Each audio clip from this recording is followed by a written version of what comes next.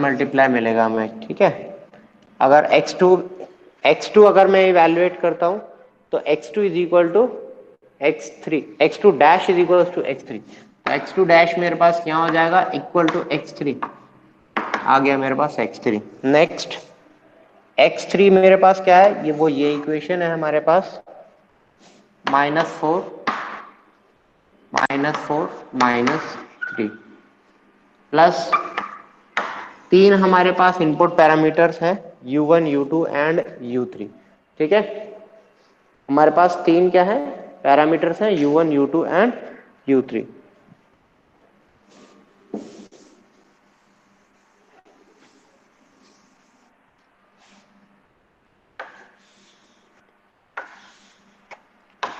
u1 u2 and u3, ठीक है। Suppose अगर 2 है तो आप 2 भी ले सकते हो, लेकिन हमारे पास क्या है, 3 पैरामीटर है, तो इसलिए मैंने 3 की मैट्रिक्स बनाई।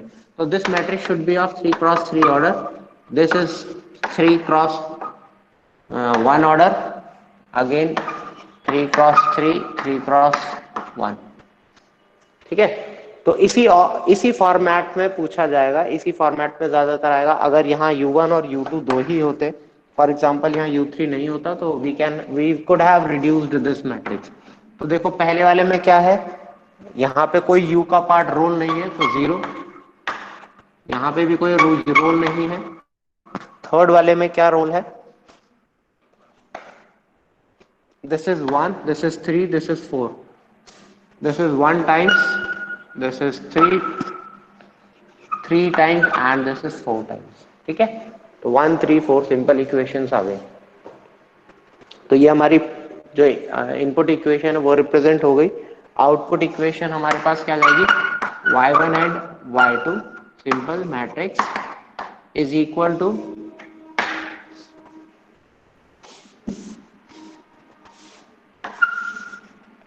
सिंस मेरे पास दो आउटपुट मैट्रिक्स है इसलिए 2x3 ऑर्डर की मैट्रिक्स बनेगी, x1 x2 x3, ये 3 पैरामीटर्स मेरे एज इट इज रहेंगे, state can not be changed, ठीक है। As well as this u1 can not be change, ठीक है। तो आगे जो ये मैट्रिक्स होगी उसी ऑर्डर की मेरी मैट्रिक्स बनेगी।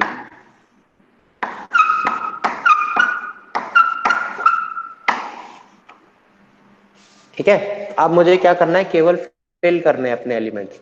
एलिमेंट फिल करने के लिए क्या है, this is 4 times of x2, तो 4 टाइम्स x2 इज 0 4 0, एंड यहाँ पे क्या है x3, तो विच इज 0 1 टाइम्स 0 0 1, ठीक है। तो ये हो जाएगा मेरे पास, यहाँ पे है मेरे पास u1 is equals to 3 times of y1 is equals to 4 times x2 मैंने इवेल्युएट कर लिया, then 3 times of u1 evaluate करने के लिए 3 0 0, ठीक है। सॉरी, ये चीज 3x3 की नहीं 2x3 की रहेगी। स्टेट हमारे पास दो है, आउटपुट मतलब, ठीक है। अब नेक्स्ट थिंग, इस इक्वेशन की बात करें तो 4 टाइम्स u2 0 4, एंड ये u3 क्या है हमारे पास यहाँ पे 1 टाइम्स। तो इस टाइप से मेरी स्टेट इक्वेशन ये हो गई, मेरी इनपुट इक्वेशन, ठीक है। और इसको मैं कहता हूं आउटपुट इक्वेशन। तो हमारी जो दो इक्वेशंस फॉर्म होती है वो इस टाइप से हो गई, this be represented as A B C and D matrix. हमारे पास 4 मैट्रिक्स होती हैं जो हमने इस फॉर्मेट से लिखी हैं। ए मैट्रिक्स हमारी हमेशा से ही हमारी जो ए मैट्रिक्स होगी वो स्क्वायर मैट्रिक्स होगी। B C D depends upon number of inputs and the other parameters, ठीक है। तो वो दे आर नॉट फिक्स्ड, लेकिन yes this is fixed, A हमेशा स्क्वायर मैट्रिक्स होगी of n cross n order. जितने नंबर ऑफ स्टेट वेरिएबल्स है, for example I am having n number of state variables, तो n क्रॉस n ऑर्डर की हमेशा से ही रहेगी।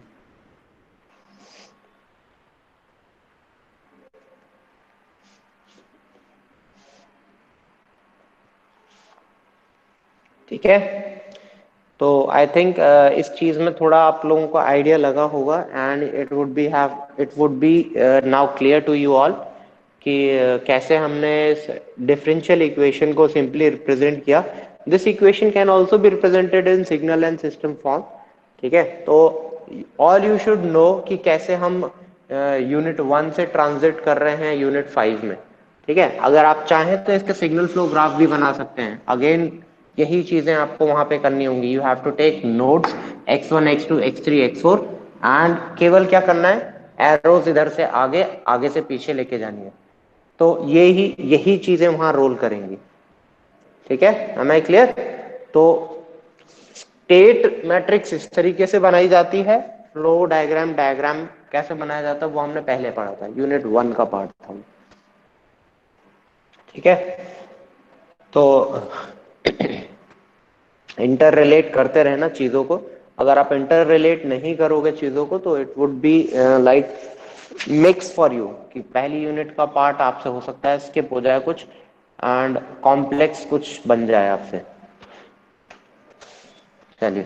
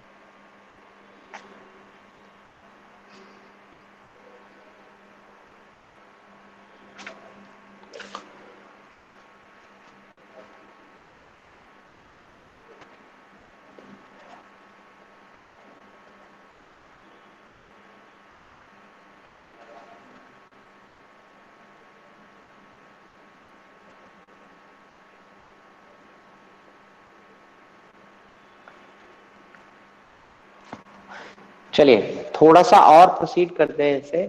सपोज मैंने अभी तक आप लोगों के सामने एस डोमेन नहीं इवेल्युएट कराया है। ठीक है, तो अगर मैं चाहूं मुझे इवेल्युएट करना है for S domain what are my state equations है। ठीक है, तो वो चीज भी हम इवेल्युएट कर सकते हैं। तो अभी सॉर्ट ऑफ थिंग आपने इतना इवेल्युएट किया, तो अगर मैं इस इक्वेशन को एस डोमेन में लेके जाना चाहूँ, ठीक है, तो मुझे सिंपली क्या करना है, इस इक्वेशन का लाप्लास ट्रांसफॉर्म करना है।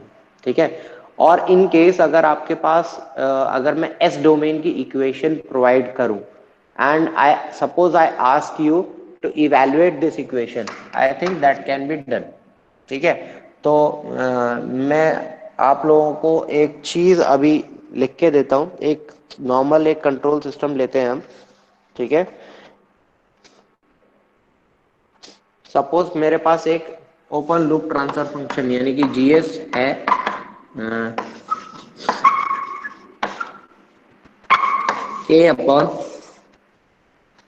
के upon that is s³ plus a3s² plus a2s⁻1 plus a1। ठीक है, इस फॉर्म का मेरे पास एक इक्वेशन है and I need to evaluate where a1 a2 a3 are general some constant k1 k is also a constant। ठीक है, कोई ऐसा नहीं है they are varying, just simple constants हैं एंड k भी एक कांस्टेंट है। तो सपोज आई हैव दिस, तो also this is equals to ys upon US. Output हमने अभी क्या डिसाइड किया था, ys, एंड इनपुट हमने डिसाइड किया यूएस। तो आउटपुट अपॉन इनपुट हमारा ट्रांसफर फंक्शन जीएस है, तो GS is being evaluated as this. तो सपोज इस इक्वेशन का मुझे क्या इवेल्युएट करना है, स्टेट इक्वेशंस इवेल्युएट करना है। तो बस एक स्टेप से और पहले पहुंच गया मैं यहां से। तो कैसे पहुंच गया, सपोज आई इवेल्युएट दिस कि what is k times U S, तो that is equals to S cube Y S plus A cube S square Y S plus A two S Y S plus A one Y S, है ना, यही तो है। ठीक है, अगर मैं इसका लाप्लास इनवर्स लूंगा, ठीक है, suppose I take a Laplace inverse with zero initial conditions, हमेशा याद रखना इनिशियल कंडीशंस आपको जीरो माननी पड़ेंगी। तो दिस यूएस के times US becomes UT and this s cube this s cube y square becomes third order differential equation of yt.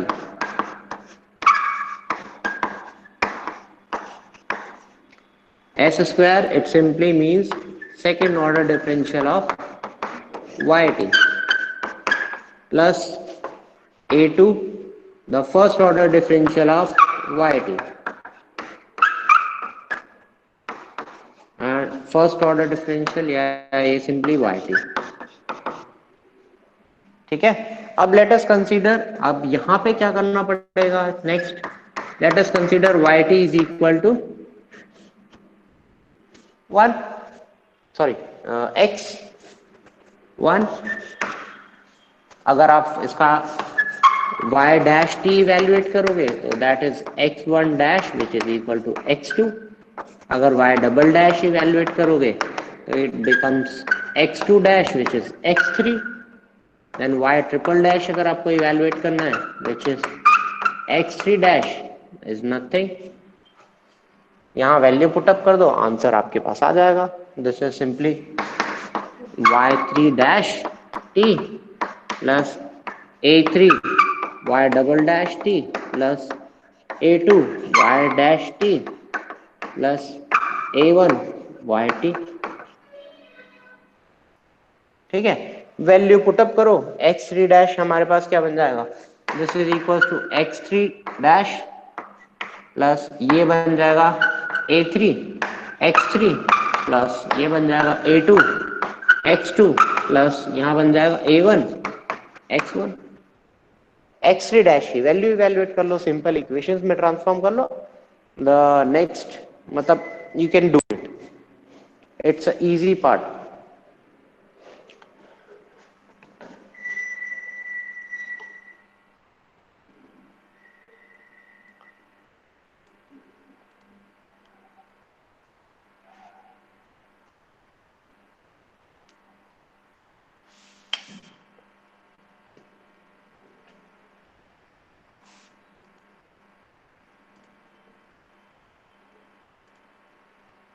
चलिए,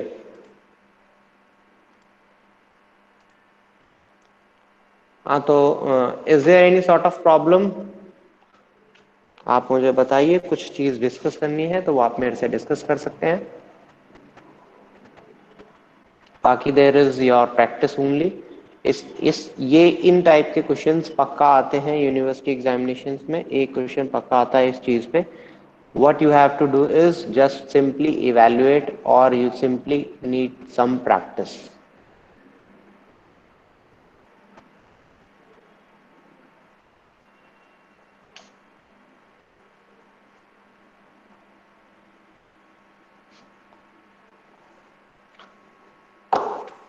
जो मैंने अभी तक कराया आप लोगों को ये चीज समझ में आई?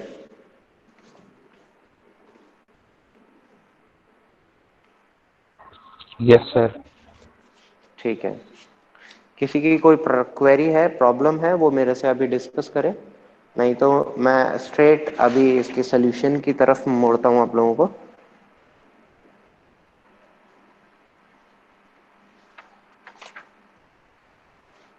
यहाँ पे एक्चुअल में हमने क्या किया, हमने ट्रांसफर फंक्शन को कन्वर्ट किया स्टेट स्पेस में, है ना।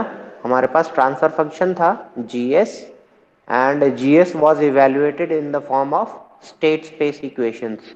तो हमने यहाँ पे क्या सीखा है, यहाँ पे सीखा हमने किस फॉर्मेट से हमने स्टेट इक्वेशंस बनाई, यानी किस तरीके से हमने रिजेंबल करी। ठीक है,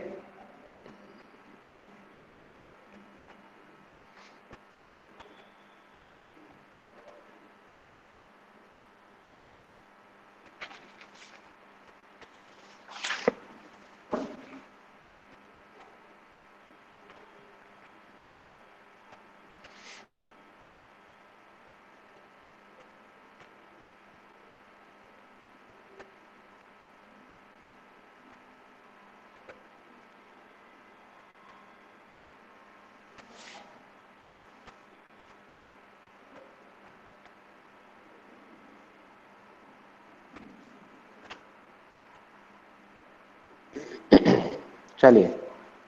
तो आई थिंक किसी को कोई डाउट नहीं है, तो we should proceed towards the solution of the state equations. ठीक है, तो सिंस हमारे पास जो सबसे ज़्यादा इम्पोर्टेंट स्टेट इक्वेशन होती है वो स्टेट्स को इवेलुएट करने के लिए है, हमें क्या चाहिए, we require, what we require is the state of the equation. किसी चीज़ को सॉल्व करने के लिए हम पर्टिकुलरली स्टेट के लिए हम इवेल्युएशन करते हैं, यानी हम देखना चाहते हैं सिस्टम के अंदर हो क्या रहा है।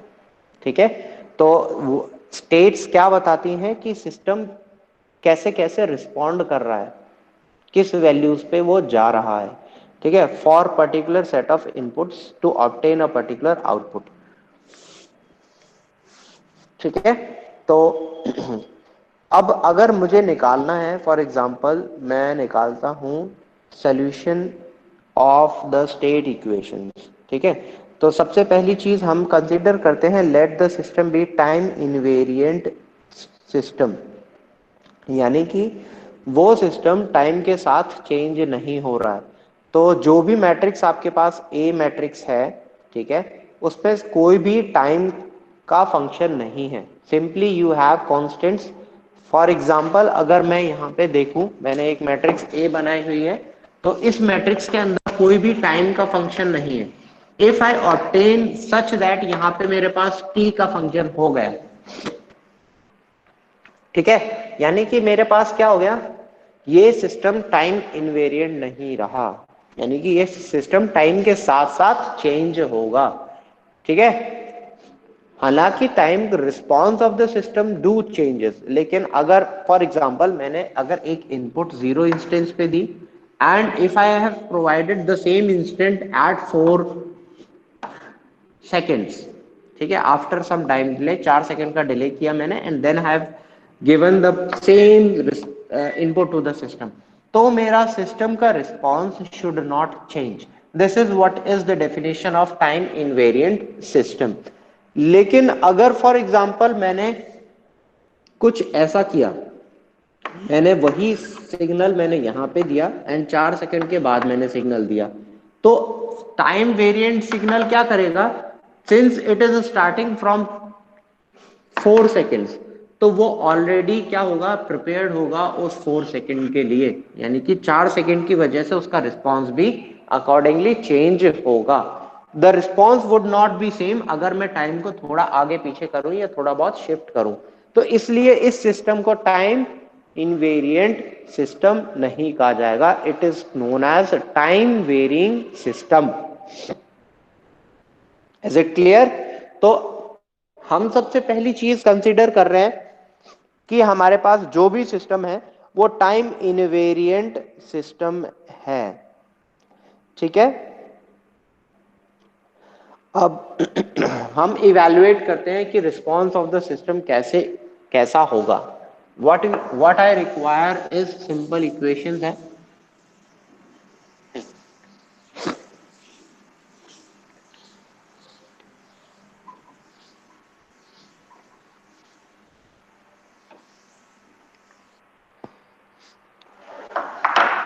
व्हाट आई रिक्वायर इज, हमारे पास स्टेट इक्वेशन पता है that X dash is equal to A times X plus B times you.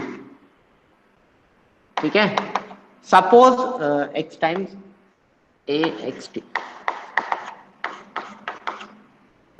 these are some dependent upon time values, ठीक है।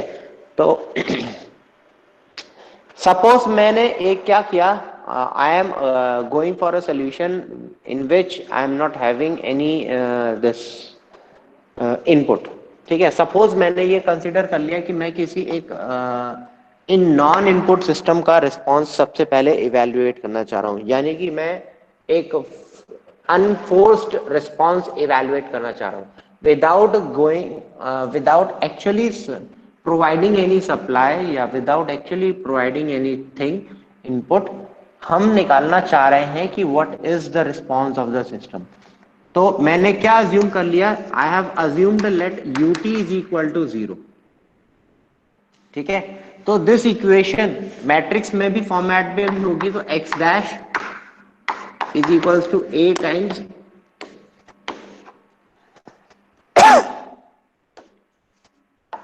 x, ठीक है। इस फॉर्मेट की इक्वेशन हमारे पास है। सपोज मैंने इस इक्वेशन का लाप्लास ट्रांसफॉर्म लिया, ठीक है। सिंपली लाप्लास ट्रांसफॉर्म लेने के बाद क्या बन जाएगा, s times x plus sorry is equal to a times x। यहां तो कुछ बनेगा नहीं, लाप्लास ट्रांसफॉर्म केवल डिफरेंशियल या इंटीग्रल फॉर्म का बनेगा, ठीक है। तो अब यहां से अगर हम इवेल्युएट करें, सपोज मैं इस चीज को इधर लेके आता हूं, then I have s, this is x, ठीक है। s को नहीं पता है कि मेरा ऑर्डर क्या है, minus a and is equal to 0। तो in order to have a same मतलब अगर मैं यहां से x निकालूं कॉमन, तो मैट्रिक्स में से जब मैं यहां से x कॉमन निकालूंगा तो this is simply a constant. ये एक तरह से समझ लो कि this is just s simple. तो जब मैं इस यहां से मैट्रिक्स को सॉल्व करूंगा तो I have to resemble an identity matrix, ठीक है। माइनस ऑफ a, यहां कॉमन निकाल लिया मैंने x इज इक्वल टू 0। तो रिस्पॉन्स ऑफ द सिस्टम मेरा कुछ किस फॉर्मेट का मिला, कुछ इस टाइप का मेरे को रिस्पॉन्स मिला, ठीक है। और यस एक चीज और है, इसमें मैंने 0 इनिशियल कंडीशंस अज्यूम की हुई हैं, ठीक है। तो सपोज मैं 0 इनिशियल कंडीशंस अगर मैं अज्यूम ना करूं तो व्हाट इज द चेंज। यहाँ पे जब मैंने लाप्लास ट्रांसफॉर्म लिया था, अगर मैं 0 इनिशियल कंडीशंस नहीं लेता हूं तो मेरा रिस्पॉन्स कुछ इस टाइप का मिलता है, प्लस ए नहीं s times x plus x 0 plus, ठीक है, is equals to a times x। जब मैं इस डिफरेंशियल फॉर्म को, क्योंकि क्या करते हैं हम वी इंटीग्रेट, जब हम लाप्लास ट्रांसफॉर्म लेते हैं तो नॉर्मली हमें फंक्शन का डिफरेंशियल फंक्शन हमारे पास है, हम इस चीज को इंटीग्रेट करते हैं। तो जब हम इंटीग्रेट करेंगे तो हमारे पास इंटीग्रेशन का एक कांस्टेंट आता है। तो सपोज मेरे पास वो कांस्टेंट है x 0 प्लस, यानी कि इनिशियल सेटअप मेरे पास कैसा है, ठीक है। एंड अगर मैं इस चीज को 0 कर दूं तो यानी कि मेरे पास क्या है, ना तो मेरे पास कोई भी एलिमेंट चार्ज्ड है एंड ना ही मैं उसको कोई सप्लाई प्रोवाइड कर रहा हूं, व्हाट वी हैव अज्यूम्ड, ठीक है। लेकिन अगर मेरे पास मशीन, मान लेते हैं सिस्टम में कुछ थोड़ा बहुत चार्ज स्टोर है, तो सिस्टम उस चार्ज की वजह से भी अपना रिस्पॉन्स शो करेगा। तो यहाँ पे वही इनिशियल कंडीशंस की बात हो रही है कि suppose I am having an initial charge on the system, ठीक है। तो that is represented by x 0 plus, यानी कि जैसे ही हमने स्विच ऑन किया तो हमारे पास उस टाइम पे क्या है, मशीन सिस्टम का स्टेटस, उस स्टेटस की वजह से मेरे पास ये कांस्टेंट आया, ठीक है। तो अब मैंने इस चीज को किया, कॉमन जो चीज है वो मैंने इवेल्युएट करी, तो s टाइम्स x माइनस आ जाएगा a times x is equal to minus of, let us consider यहाँ पे नेगेटिव आया है, ठीक है। नेगेटिव आप कांस्टेंट है, you can take it as negative, you can take it as positive. तो जस्ट फॉर सिंप्लिसिटी मैंने ये काम किया है। ताकि यहाँ पे कहीं नेगेटिव साइन ना शो हो। ठीक है, सपोज मेरे पास जो आया है कांस्टेंट कुछ इस फॉर्मेट का आया है, I have taken something common S I minus of A, यहाँ पे again that is X is equal to X 0 plus. ठीक है, ये मेरे पास एक रिस्पॉन्स मिला है। अगर मैं इसका इनवर्स रिस्पॉन्स सॉरी या ये कह लीजिए x सिंपली लिख सकते हैं। सपोज मेरे पास ये लीनियर इक्वेशंस की फॉर्मेट में है, ठीक है, जो अगर मेरे पास ये सपोज मैट्रिक्स नहीं है सिंपल इक्वेशन होती तो क्या बन जाता, सिंपल एस आई माइनस ए कुछ फॉर्मेट का मेरे को मिलता है या सिंपली एस माइनस ए फॉर्मेट का मिलता। ठीक है, अगर मेरे पास सिंपल मैट्रिक्स की जगह सिंपल एक क्वाड्रेटिक इक्वेशन होती तो लीनियर क्वाड्रेटिक इक्वेशन तो क्या बन जाती मेरे पास, this will become would have X, ये क्या बन जाती, मैं लिख ही देता हूं। तो सिंपल अगर लीनियर इक्वेशन होती है हमारे पास,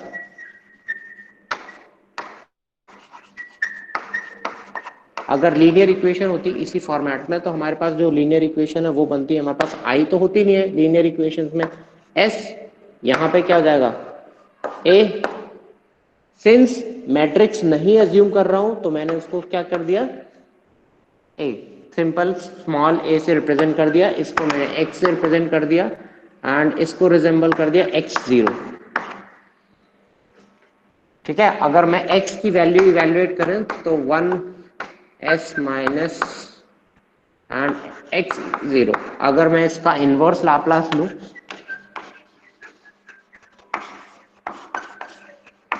इनवर्स लाप्लास विल प्रोवाइड मी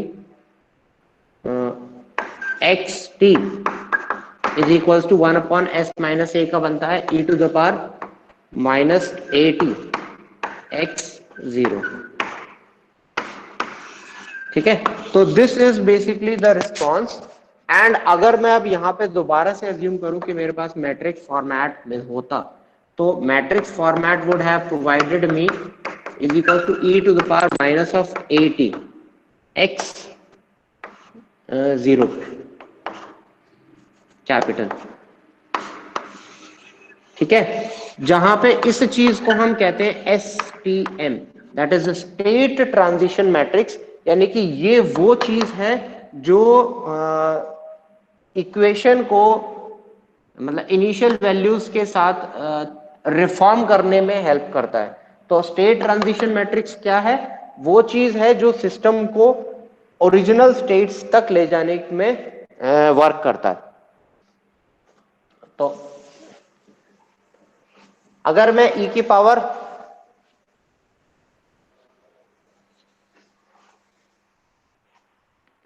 अगर मैं इस चीज को इवेल्युएट करूं तो this is e to the power minus at, इसको मैं रिजेंबल कर सकता हूं simply 1 plus a upon 1 factorial plus a square upon 2 factorial plus and so on. इस तरीके से मेरे पास e की पावर e की एक्सपेंशन मेरे पास सॉरी माइनस है तो हाँ सारी टर्म्स पॉजिटिव रहेंगी, नहीं माइनस है ऑलरेडी, यहाँ पर पॉजिटिव आएगा।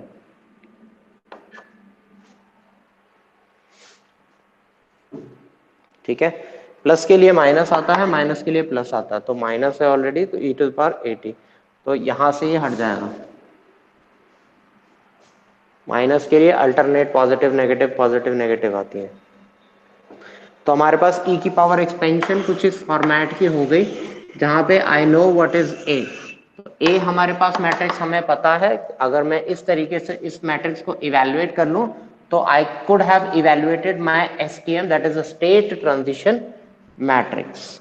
तो स्टेट ट्रांजिशन मैट्रिक्स के बहुत फायदे हैं, डायरेक्टली अगर आपको पता हो तो आप डायरेक्टली भी इवेल्युएट कर सकते हो, या फिर स्टेट ट्रांजिशन मैट्रिक्स आप यहां से इसको और थोड़ा सा ऊपर से भी इवेल्युएट कर सकते हो।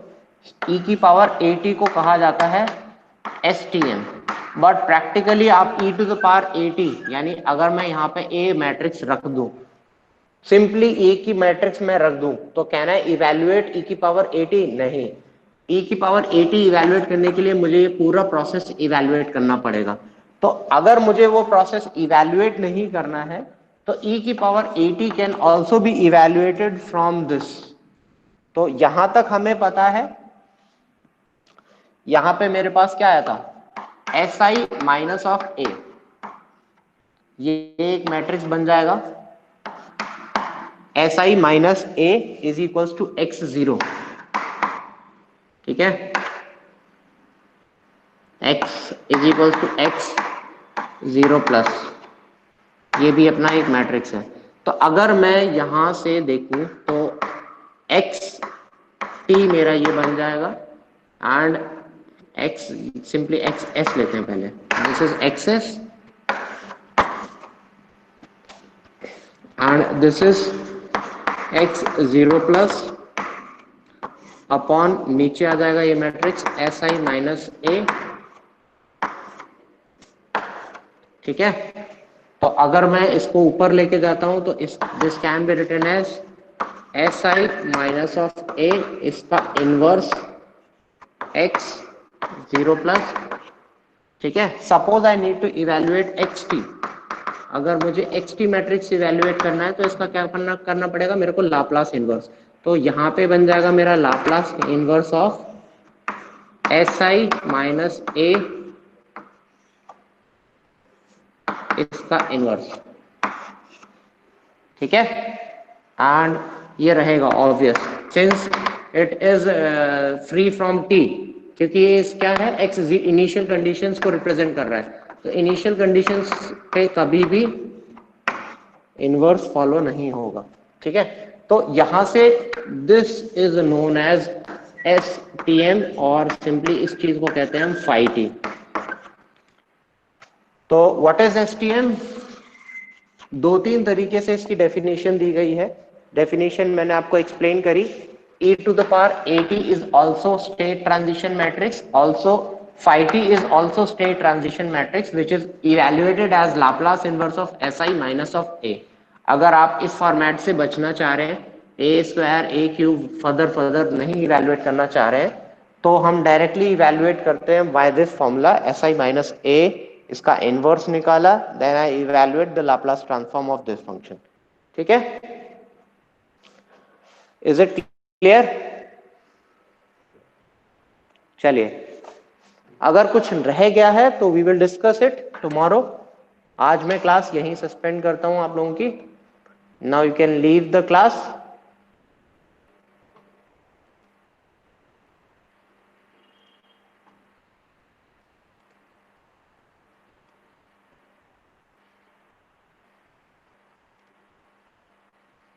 Just mention your roll number and leave the class now. अगर कुछ पूछना है तो आप मेरे से पूछ लेना। कल we will be starting again from E की पावर ये फाई टी। कल हम दोबारा यहीं इसी पॉइंट से स्टार्ट करेंगे, कुछ प्रॉपर्टीज डिस्कस करेंगे एंड कुछ स्टेट ट्रांजिशन मैट्रिक्स इवैल्यूएट भी करके देखेंगे न्यूमेरिकली।